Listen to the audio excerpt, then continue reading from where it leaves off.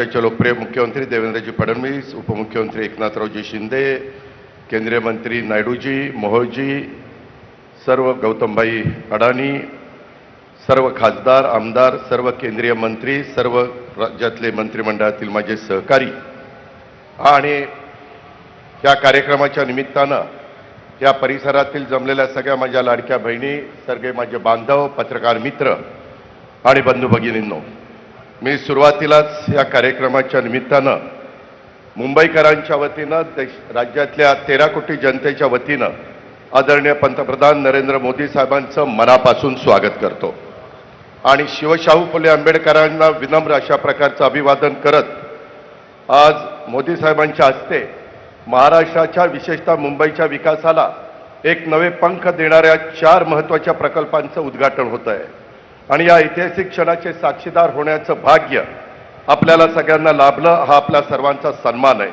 मुंबईच्या आणि महाराष्ट्राच्या विकासाला प्रधानमंत्री महोदयांचं नेहमीच साथ, सहकार्य आणि प्रोत्साहन मिळत आलं आहे। देशाच्या विकासाचं नेतृत्व करत असताना आपल्या सर्वांच्या आनंदात सहभागी होण्यासाठी आदरणीय प्रधानमंत्री आज स्वतः या कार्यक्रमाला उपस्थित राहिले, त्याबद्दल मी प्रधानमंत्री महोदयांचे मनापासून आभार मानतो, त्यांना खूप खूप धन्यवाद देखील देतो। आजचा दिवस आपल्या महाराष्ट्राच्या दृष्टीनं मुंबईच्या इतिहासात एक सुवर्ण अक्षरांनी लिहिण्यासारखा असा आहे।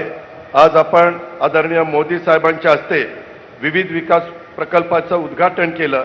या प्रकल्पातून विकास, सुविधा आणि रोजगाराच्या संधी या त्रिसूत्री प्रभावी संगम होतोय।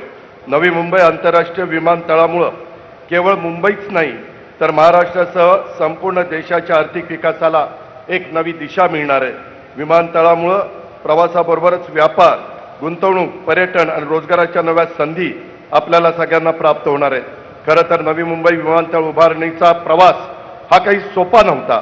जमीन संपादनापासून ते विविध विभागाच्या परवानग्या, प्रशासकीय गुंतागुंती अशा अनेक अडचणींचा डोंगर आपल्या सगळ्यांच्या समोर उभा होता, परंतु राज्याचे कार्यक्षम मुख्यमंत्री, उपमुख्यमंत्र्यांच्या साथीनं आम्ही त्या प्रत्येक अडथळ्यावर मात केली। केंद्रीय शासनाच्या अनेक परवानग्या यासाठी आवश्यक होत्या, त्या तात्काळ मिळत गेल्या आणि हे सगळं शक्य झालं कारण आमच्या मागे आदरणीय मोदी साहेबांचं आणि केंद्र सरकार ठामपणे उभं होतं।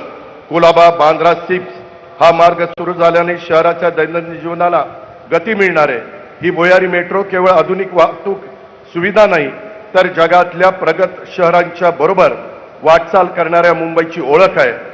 दक्षिण मुंबईपासून उपनगरापर्यंतचा प्रवास आता अधिक वेगवान, सोयीस्कर, सुखकर आणि पर्यावरणपूरक होणार आहे। कप परेड, गिरगाव, काळबादेवी यासारख्या गर्दीच्या ठिकाणी प्रथमच थेट मेट्रो सेवेशी जोडली गेली आहेत। प्रवाशांना कमी दरात अत्याधुनिक आणि सुरक्षित प्रवासाचा अनुभव मिळणार आहे। तसंच MMRDAने साकारलेलं मुंबई वन हे ॲप म्हणजे वन मुंबई वन ॲप या संकल्पनेची झलक आहे। त्यामुळं आपल्याला लोकल, मेट्रो, बस, मोनोरेल इत्यादी सर्व सार्वजनिक वाहतूक सेवांचा लाभ घेता येणार आहे। हे ॲप मुंबईला आणखी युनायटेड, कनेक्टेड आणि प्रोग्रेसिव्ह बनवेल। त्याचबरोबर आज सुरू होत असलेले अल्प मुदतीचे रोजगारक्षम अभ्यासक्रम हे आपल्या युवकांच्यासाठी आशेचे नवीन दालन आहे। कौशल्य विकासाच्या माध्यमातून आत्मनिर्भर भारताच्या दिशेने टाकलेलं दमदार पाऊल आहे। शिक्षण केवळ पदवीपुरतं मर्यादित न ठेवता ते रोजगारक्षम आणि उपयुक्त व्हावं हीच या कार्यक्रमाची प्रेरणा आहे। आदरणीय पंतप्रधान मोदी साहेबांच्या नेतृत्वाखाली गेल्या 11 वर्षात देशाने विकासाची नवी झेप घेतलेली आहे। विकसित भारत 2047 या ध्येयाकडे आपण वेगाने वाटचाल करतोय आणि महाराष्ट्र त्या प्रवासात अग्रस्थानी राहील याबद्दल आम्हाला पूर्ण विश्वास आहे। महायुती सरकारच्या माध्यमातून आम्ही पायाभूत सुविधा, उद्योग, शिक्षण आणि कौशल्य विकास या क्षेत्रात समन्वयाने वेगाने काम करतोय। मुंबई ही देशाची आर्थिक राजधानी।